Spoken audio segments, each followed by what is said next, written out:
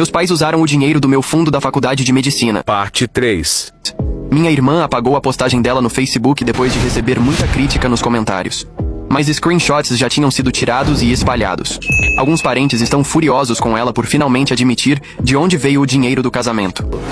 Edit 4. Para quem perguntou, sim. Meus pais têm outras opções além de mim. Eles têm 2 irmãos cada, vários primos, alguns amigos antigos. Mas aparentemente ninguém quer ajudar ou ninguém pode. Eles queimaram muitas pontes ao longo dos anos. Edit 5. A situação da minha irmã é que ela trabalha, mas ganha pouco. Depois do divórcio ficou com dívidas também. Parte de mim sente pena dela, mas a outra parte lembra que ela viveu muito bem às minhas custas por anos e nunca demonstrou gratidão ou reconhecimento. Ela fez a cama dela. Atualização 2. Situação com meus pais escalou completamente. Eles não aceitam não como resposta. Preciso de um lugar para desabafar porque isso virou um pesadelo completo. As coisas pioraram de formas que eu nem imaginava serem possíveis. Depois que meus pais passaram a noite na cadeia por violar a ordem de restrição, achei que finalmente iam entender a gravidade da situação. Achei que iam recuar, buscar ajuda em outro lugar, sei lá. Completamente errado. 3 dias depois da detenção, ex-dias, meu pai tentou uma abordagem diferente. Enviou uma carta registrada para meu apartamento. Não era ameaça nem nada legal que pudesse usar contra ele. Era uma carta longa, detalhada, explicando ponto por ponto a situação financeira deles. Quanto deviam, para quem deviam, as contas que não conseguiam pagar. No final, ele escreveu que tinha pensado muito e percebia que foi injusto comigo.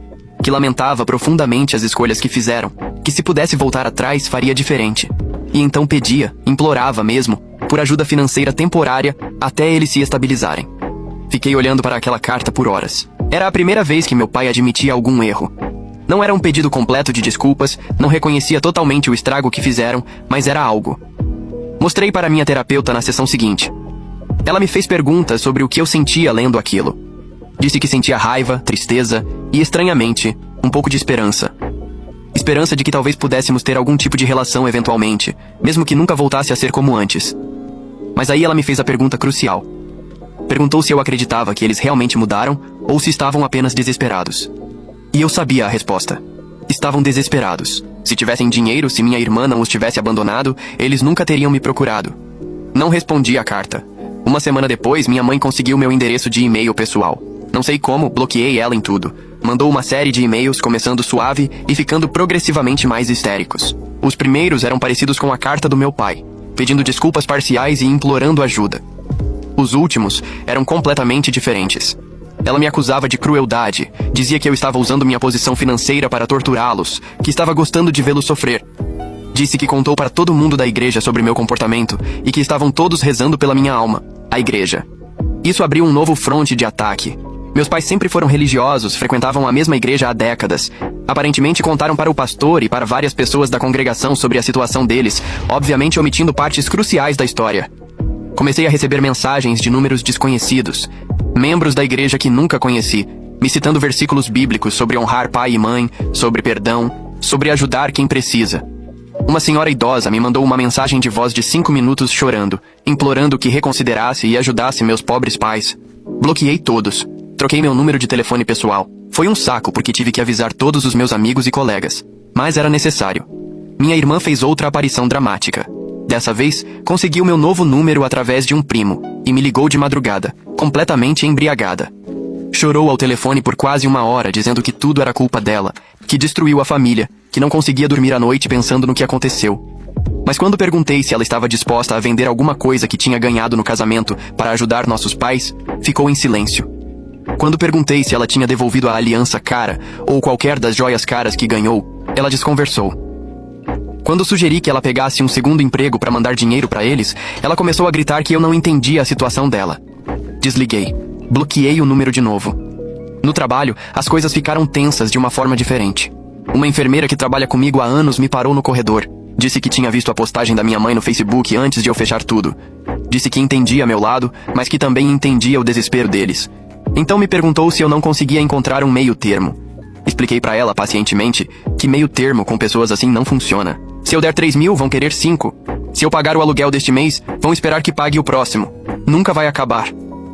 Ela pareceu entender, mas vi nos olhos dela que ainda achava que eu deveria fazer algo. Isso me incomodou mais do que deveria. Comecei a questionar se estava sendo racional ou se era só teimosia da minha parte. Conversei sobre isso na terapia de novo. Minha terapeuta foi clara. Disse que ajudar pessoas que te machucaram profundamente sem que elas realmente reconheçam o erro e façam mudanças reais não é bondade, é autodestruição. Enquanto isso, a situação dos meus pais continuou piorando. Descobri por um tio que eles foram despejados do apartamento onde estavam. Não conseguiram pagar 3 meses de aluguel. Agora estão morando com uma amiga da minha mãe, dormindo no sofá da sala. Parte de mim sentiu uma pontada de culpa. Eles são meus pais, afinal. Estão velhos, meu pai tem problemas de saúde, minha mãe sofre de ansiedade. Ver eles nessa situação é difícil, mesmo com tudo que fizeram. Mas aí lembro de estar com 22 anos, trabalhando 16 horas por dia entre faculdade e 2 empregos, comendo arroz com ovo porque era o que eu podia pagar, dormindo 4 horas por noite. Lembro de ter crises de ansiedade pensando nas dívidas estudantis que estava acumulando. Lembro de ligar para meus pais pedindo ao menos apoio emocional e ouvir minha mãe falar sobre a lua de mel incrível da minha irmã em Paris. Eles tinham $85 mil que poderiam ter mudado minha vida. Escolheram dar para minha irmã. Consequências têm ações. A amiga da minha mãe onde eles estão morando me encontrou no supermercado. Não sei se foi coincidência ou se ela me seguiu. Me abordou no corredor de cereais dizendo que precisávamos conversar. Tentei ser educado, mas firme. Disse que não tinha nada para falar. Ela insistiu. Disse que meus pais estão destruídos, que meu pai chora todas as noites, que minha mãe está tomando remédios para dormir. Disse que eles cometeram erros, mas que não merecem isso. Que família perdoa. Perguntei se ela sabia a história completa. Ela disse que sabia que tinha algo sobre dinheiro e faculdade, mas que detalhes não importavam. O que importava era que eram meus pais. Expliquei brevemente a situação. Vi o rosto dela mudar conforme eu falava. Quando terminei, ela ficou em silêncio por um momento. Então disse que não sabia que era tão grave, que meus pais tinham contado uma versão muito diferente. Mas mesmo assim, insistiu que eu deveria perdoar. Agradeci pela preocupação e fui embora. Meu pai tentou outra tática. Enviou mensagem para meu chefe no hospital. Não sei como conseguiu o contato, mas conseguiu. A mensagem dizia que era uma emergência familiar, que precisava falar comigo urgentemente sobre questão de algo muito sério. Meu chefe me chamou, preocupado. Quando expliquei que não era emergência real, só meus pais continuando a me incomodar, ele ficou visivelmente irritado. Disse que entendia que era situação familiar complicada, mas que meu pai não podia usar canais profissionais assim. Disse que se acontecesse de novo, teria que tomar medidas. Foi humilhante. De novo. Meu desempenho no trabalho é excelente, minhas avaliações são sempre positivas, mas essa situação está manchando minha reputação profissional. Entrei em contato com meu advogado para discutir opções mais sérias. Ele sugeriu uma ordem de restrição mais abrangente e permanente, e possivelmente processo por perseguição constante. Também mencionou que eu poderia processar para tentar recuperar o dinheiro do fundo, embora depois de tantos anos e com o dinheiro já gasto, as chances de recuperar algo fossem mínimas. Decidi ir com a ordem de restrição mais forte. O processo está em andamento. Isso significa que meus pais não podem me contatar de forma alguma, direta ou indiretamente. Não podem me procurar no trabalho, não podem pedir para outras pessoas me contatarem em nome deles. Violar isso resulta em prisão imediata. Quando a ordem foi servida, minha mãe teve um colapso.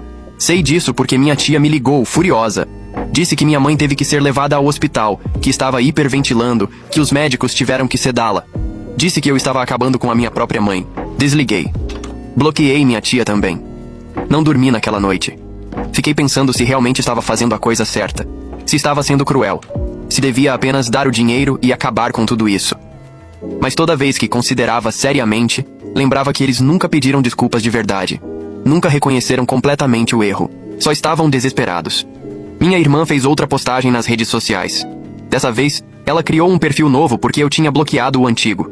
A postagem era longa, detalhada, contando toda a história da perspectiva dela. Admitiu que o casamento foi pago com meu fundo. Admitiu que sabia na época. Admitiu que foi errado. Mas então ela começou a falar sobre perdão, sobre como todos cometem erros, sobre como ela está tentando ser melhor agora. E terminou fazendo um apelo público para que eu ajudasse nossos pais, não por eles, mas por mim mesmo, para que eu não tivesse que carregar essa culpa pelo resto da vida. Os comentários explodiram. Centenas de pessoas opinando sobre uma situação que não entendiam completamente. Alguns me defendendo, outros me atacando. Pessoas que nunca conheci discutindo meu caráter, minha moralidade, minhas obrigações filiais. Tive que aumentar todas as configurações de privacidade das minhas redes sociais. Troquei meu nome de usuário em tudo. Considerei seriamente deletar tudo, mas minha terapeuta disse que isso seria deixar eles ganharem, deixar eles me isolarem. No meio de todo esse caos, recebi uma mensagem inesperada. Era do ex-marido da minha irmã.